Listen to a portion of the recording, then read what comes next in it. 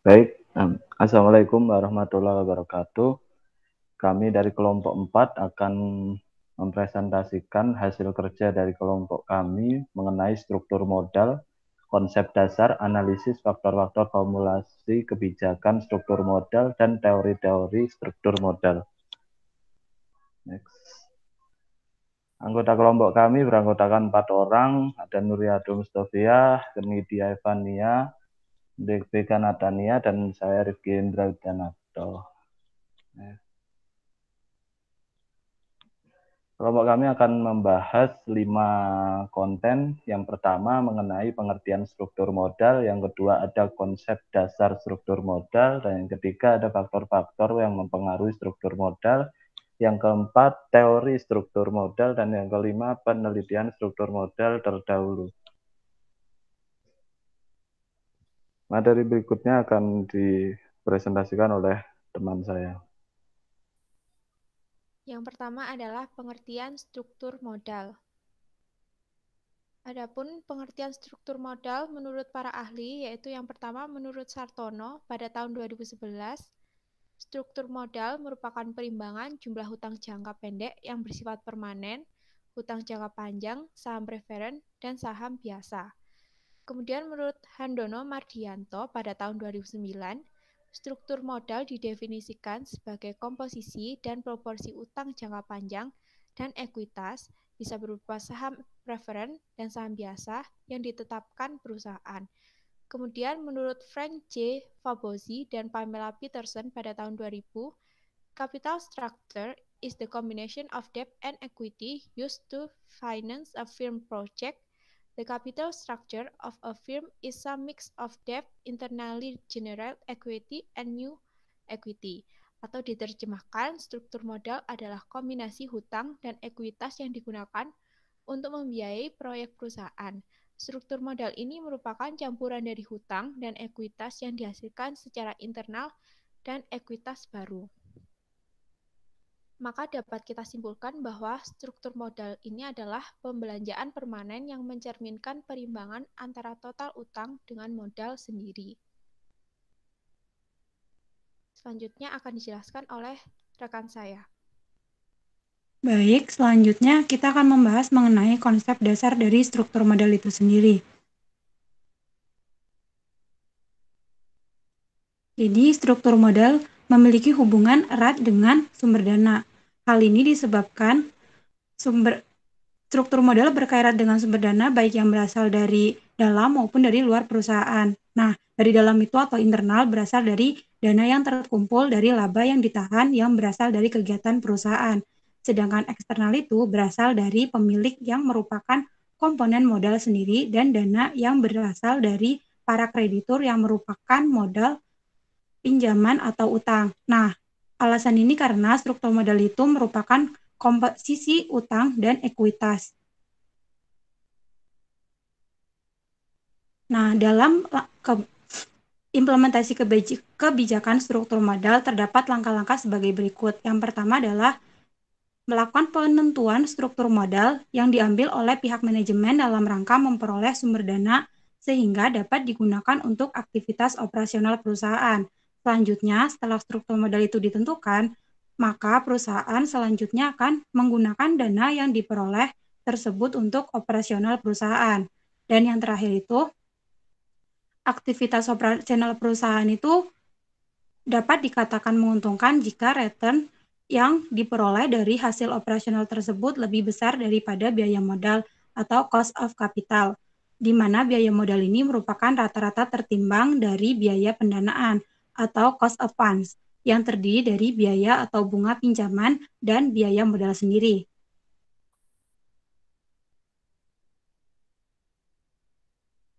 Selanjutnya adalah komponen dari struktur modal sendiri, di mana sudah dibahas pada pertemuan sebelumnya oleh kelompok kami juga, yaitu dari modal utang atau debt capital yang terdiri dari hutang jangka pendek, contohnya ada hutang usaha, pinjaman bank jangka pendek, dan commercial paper. Yang selanjutnya adalah hutang jangka panjang, contohnya adalah pinjaman berjangka dan obligasi. Selanjutnya ada modal ekuitas atau equity capital yang terdiri saham biasa, saham preferen, dan laba ditahan. Untuk penjelasan lebih lanjutnya dapat dilihat di pertemuan sebelumnya. Selanjutnya akan dijelaskan oleh rekan saya. Terima kasih. Kemudian adalah faktor-faktor yang memengaruhi struktur modal. Yang pertama adalah stabilitas penjualan.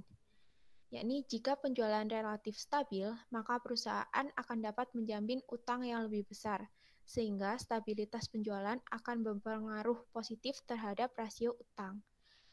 Selanjutnya adalah struktur aset. Aktiva atau aset multiguna yang dapat digunakan oleh banyak perusahaan merupakan agunan yang baik, sedangkan aktiva yang hanya digunakan untuk tujuan tertentu akan sebaliknya atau tidak menjadi agunan jaminan yang baik. Kemudian adalah leverage operasi. Leverage operasi adalah sejauh mana biaya-biaya tetap digunakan dalam operasi sebuah perusahaan. Leverage operasi yang lebih sedikit memiliki kemampuan yang lebih baik dalam menerapkan leverage keuangan karena perusahaan tersebut akan memiliki resiko bisnis yang lebih kecil. Kemudian adalah tingkat pertumbuhan. Tingkat pertumbuhan ditunjukkan dengan peningkatan penjualan dari periode ke periode. Tingkat pertumbuhan ini umumnya diukur dengan besarnya ukuran perusahaan dari penjualan. Dengan semakin meningkatnya penjualan, maka kreditor akan semakin percaya dengan kinerja perusahaan, sehingga dapat meningkatkan dana untuk operasional perusahaan. Kemudian adalah profitabilitas. Profitabilitas adalah kemampuan perusahaan untuk memperoleh laba dari kegiatan bisnis yang dilakukan. Tingkat keuntungan yang dicapai dari hasil operasional tercermin dalam return on equity atau ROE. Meningkatnya ROE akan meningkatkan laba ditahan sehingga komponen modal sendiri semakin meningkat. Dengan meningkatnya modal sendiri, maka rasio hutang menjadi menurun. Selanjutnya adalah pajak. Dengan semakin meningkatnya pajak, maka keinginan pemenuhan dana mengarah pada peningkatan utang. Karena meningkatnya pajak akan memperkecil cost of debt. Hal ini akan memengaruhi struktur modal sendiri. Kemudian adalah pengendalian. Dampak utang dengan saham pada posisi pengendalian manajemen dapat memengaruhi struktur modal. Pertimbangan pengendalian dapat mengarah pada penggunaan dari utang maupun ekuitas, karena jenis modal yang paling dapat melindungi manajemen akan bervariasi dari situasi yang satu ke situasi yang lainnya. Kemudian ada sikap manajemen. Manajemen dapat menerapkan pertimbangan mereka sendiri atas struktur modal yang tepat. Beberapa manajemen cenderung lebih konservatif daripada yang lainnya, dan akibatnya menggunakan lebih sedikit utang daripada rata-rata perusahaan di dalam industri mereka. Sedangkan manajemen yang agresif menggunakan lebih banyak di dalam pencarian mereka akan laba yang lebih tinggi. Selanjutnya adalah ukuran perusahaan. Perusahaan yang besar lebih sering memilih utang jangka panjang, sedangkan perusahaan kecil lebih memilih utang jangka pendek. Hal ini akan memengaruhi struktur modal. Kemudian yang terakhir adalah fleksibilitas keuangan. Fleksibilitas keuangan atau kemampuan untuk memperoleh modal dengan persyaratan yang wajar dalam kondisi yang buruk, baik potensi kebutuhan dana di masa depan maupun konsekuensi dari kekurangan dana akan memengaruhi sasaran struktur modal, di mana semakin tinggi kemungkinan kebutuhan modal di masa mendatang dan semakin buruk konsekuensi dari kekurangan dana, maka neraca perusahaan harus semakin kuat. Selanjutnya akan dijelaskan oleh rekan saya. Baik, selanjutnya teori struktur modal. Di sini terdapat 6 teori struktur modal. Yang pertama, teori pendekatan tradisional. Pada pendekatan tradisional, diasumsikan terjadi perubahan struktur modal yang optimal dan peningkatan nilai total perusahaan melalui penggunaan financial leverage atau utang dibagi modal sendiri. Dengan menggunakan pendekatan tradisional, bisa diperoleh struktur modal yang optimal, yaitu struktur modal yang memberikan biaya modal keseluruhan yang terendah dan memberikan harga saham tertinggi. Hal ini disebabkan karena berubahnya tingkat kapitalisasi perusahaan, baik untuk modal sendiri atau pinjaman setelah perusahaan merubah struktur modalnya melewati batas tertentu. Perubahan tingkat kapitalisasi ini disebabkan karena adanya resiko yang berubah. Selanjutnya yang kedua ada teori trade-off. Trade-off menjelaskan adanya hubungan pajak, resiko kebangkrutan, dan penggunaan utang yang disebabkan keputusan struktur modal yang diambil oleh perusahaan. Teori ini merupakan keseimbangan antara keuntungan dan kerugian atas penggunaan utang. Apabila manfaat penggunaan utang lebih besar, tambahan utang masih diperkenankan, dan sebaliknya apabila kerugian akibat penggunaan utang lebih besar, tambahan utang sudah tidak diperbolehkan. Next. Selanjutnya teori Modigliani-Miller. Teori pendekatan Modigliani-Miller dibagi menjadi dua, yaitu yang pertama, teori Modigliani dan Miller tanpa pajak. Mereka berpendapat bahwa modal tidak relevan atau tidak mempengaruhi nilai perusahaan. Modigliani-Miller mengajukan beberapa asumsi untuk membangun teori mereka. Menurut Brigham dan Houston tahun 2006, yaitu yang pertama, tidak terdapat agensi cost, yang kedua, tidak ada pajak, yang ketiga, investor dapat menggunakan utang dengan tingkat suku bunga yang sama dengan perusahaan. Yang keempat, investor mempunyai informasi yang sama seperti manajemen mengenai prospek perusahaan di masa depan. Yang kelima, tidak ada biaya kebangkrutan. Yang keenam, earnings before interest and taxes tidak dipengaruhi oleh penggunaan dari utang. Selanjutnya, para investor adalah price taker. Yang terakhir, jika terjadi kebangkrutan, maka aset dapat dijual pada harga pasar atau market value. Teori pendekatan Modigliani-Miller yang kedua adalah teori Modigliani dan Miller dengan pajak.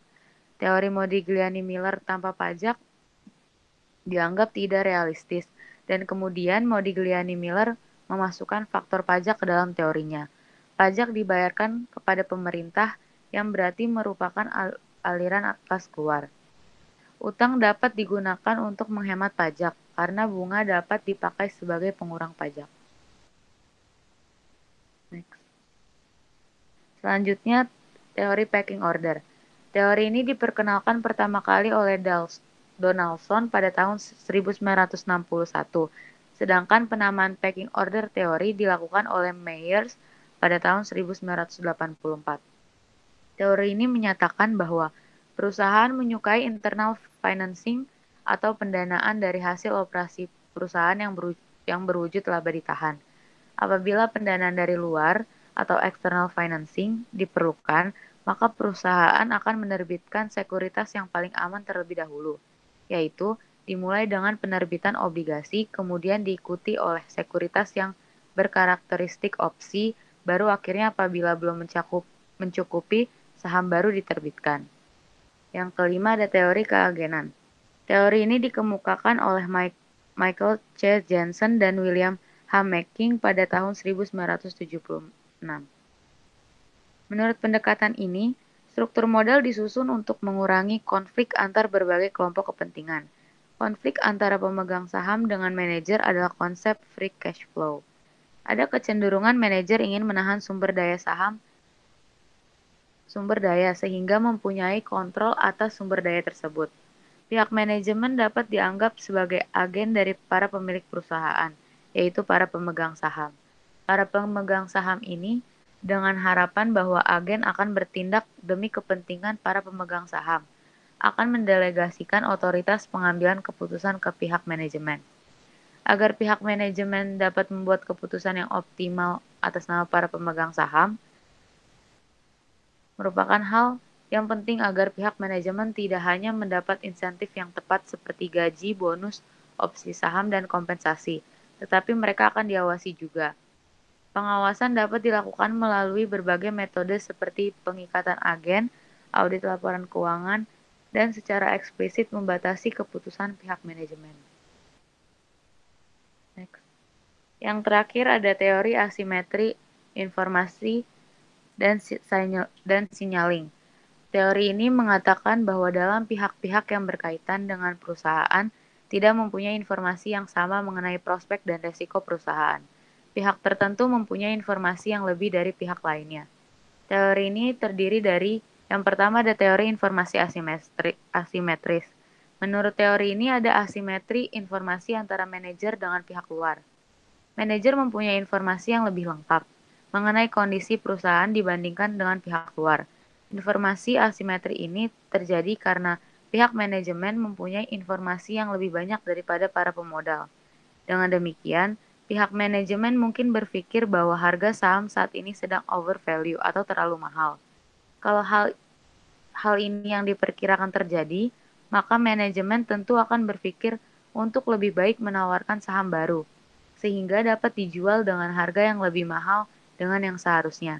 Tetapi, pemodal akan menafsirkan kalau perusahaan menawarkan saham baru, salah satu kemungkinannya adalah harga saham saat ini sedang terlalu mahal, sesuai dengan persepsi manajemen. Yang kedua ada teori persinyalan.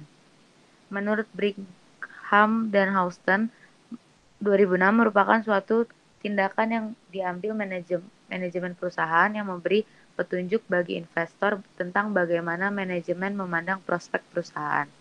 Perusahaan dengan prospek yang menguntungkan akan mencoba menghindari penjualan saham dan mengusahakan setiap modal baru yang diperlukan dengan cara-cara lain, termasuk menggunakan utang di luar sasaran struktur modal yang normal.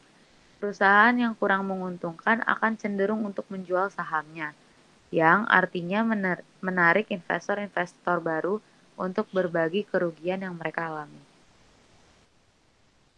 Selanjutnya akan dijelaskan oleh rekan saya. Baik, terima kasih. Berikutnya adalah penelitian struktur modal terdahulu. Nah, berikut ada sekitar 5 penelitian struktur modal terdahulu yang kelompok kami ambil yang bisa dijadikan sebagai rujukan referensi. Yang pertama ada pada tahun 1998, Heini Eliland menemukan bahwa struktur modal optimal mencerminkan penghematan pajak atas biaya bunga utang dan biaya-biaya keajenan. Biaya-biaya keajenan membatasi jumlah hutang dan jatuh tempo hutang dan meningkatkan hasil atau yield, tetapi peranannya relatif kecil.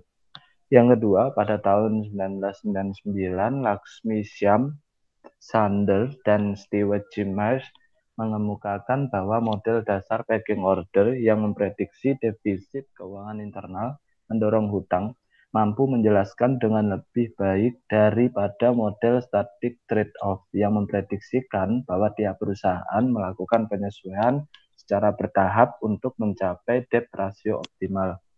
Yang ketiga ada Sheridan Titman pada tahun 2002. Dia mengemukakan tentang pasar modal yang seringkali tidak terintegrasi dan pengaruhnya terhadap strategi pendanaan. Kondisi pasar modal ditentukan oleh institusi dan individu yang memasok modal dan dapat memengaruhi perusahaan dalam mencari modal. Nah, selanjutnya ada Ivo Welch pada tahun 2002 yang mengungkapkan bahwa karena perusahaan pada umumnya itu bersikap pasif, struktur modal perusahaan di Amerika Serikat, ini diambilnya di Amerika Serikat, dia saat sekarang dijelaskan dengan struktur modal periode sebelumnya sebagai perantara untuk menentukan harga saham. Nah, pembuatan keputusan internal perusahaan dalam menentukan target debt ratio seperti meminimumkan pajak perseroan atau biaya kebangkrutan secara empirik mempunyai konsekuensi yang kecil.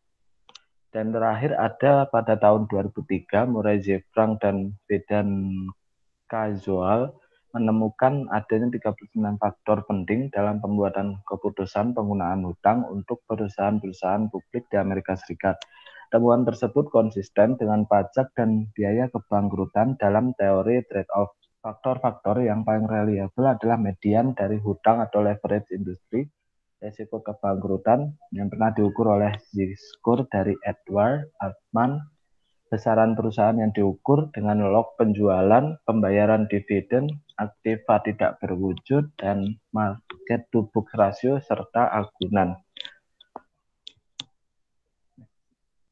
Sekian, terima kasih atas perhatiannya. Jika ada kurang lebihnya mohon maaf, dan juga materi dari kelompok kami mengenai struktur modal ini adalah untuk melengkapi dari materi pendanaan yang pernah dibahas oleh kelompok kami sebelumnya dan kelompok 5 dari pendanaan 1, pendanaan 2. Terima kasih atas perhatiannya, kurang lebihnya mohon maaf. Wassalamualaikum warahmatullahi wabarakatuh.